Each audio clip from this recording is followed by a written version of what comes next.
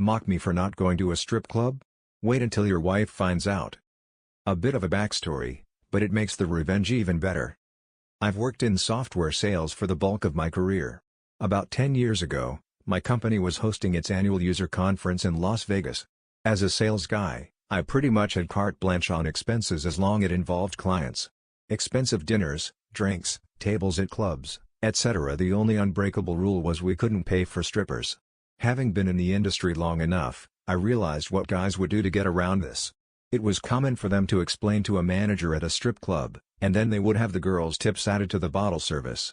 Even with that in place, I never thought it was a good idea to play that game, nor did I think it was a good idea to go to a strip club with clients.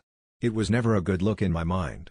I was roughly 27 or 28 at the time, and one of the older guys, late 40s, Jim, was the typical sleazy sales guy.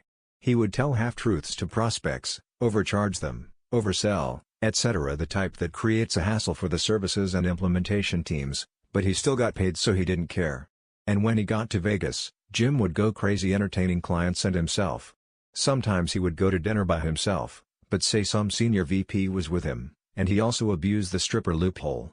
One of the reasons he tried to get a group to the strip club each night was that he had a very conservative wife.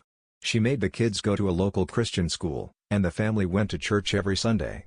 She hated the annual trips to Vegas, to the point he would tell stories that he wasn't allowed to bring his suitcase in the house. He had to leave it in the garage where the laundry room was, and she would wash his clothes and then sanitize the washing machine. On the last night of the conference, he organized a shuttle from one of the big strip clubs to pick up a group.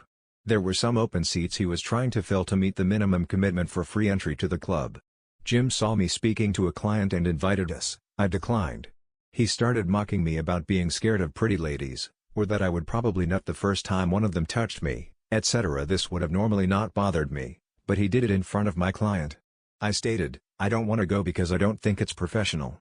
He left. I bought my client another round, and we joked about the douchebag. Then I was on my own and decided to walk the strip a bit and head to bed early due to an early morning flight. If you've ever been to Vegas, there are people on the sidewalk handing out cards that are essentially ads for escorts. They legally can't speak to you, so they slap the cards on their hands to get your attention. After a few drinks, I started taking a few. Fast forward to the next morning when Jim and I were sitting in the airport waiting for our flight. He had stayed out to 3 or 4 a.m., and was a complete mess and totally hungover. I was 100% and enjoying his condition. At one point he went to the bathroom and asked me to watch his bag. When he was out of sight, I added those escort cards in his bag. When his wife went to do her laundry routine when he got home, she was not happy.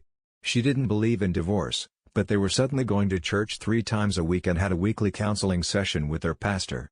This also led to Jim dropping out of his weekly golf league. He was telling us all the story at the office looking for sympathy, and he swore he never took those cards, but couldn't remember since he was so drunk.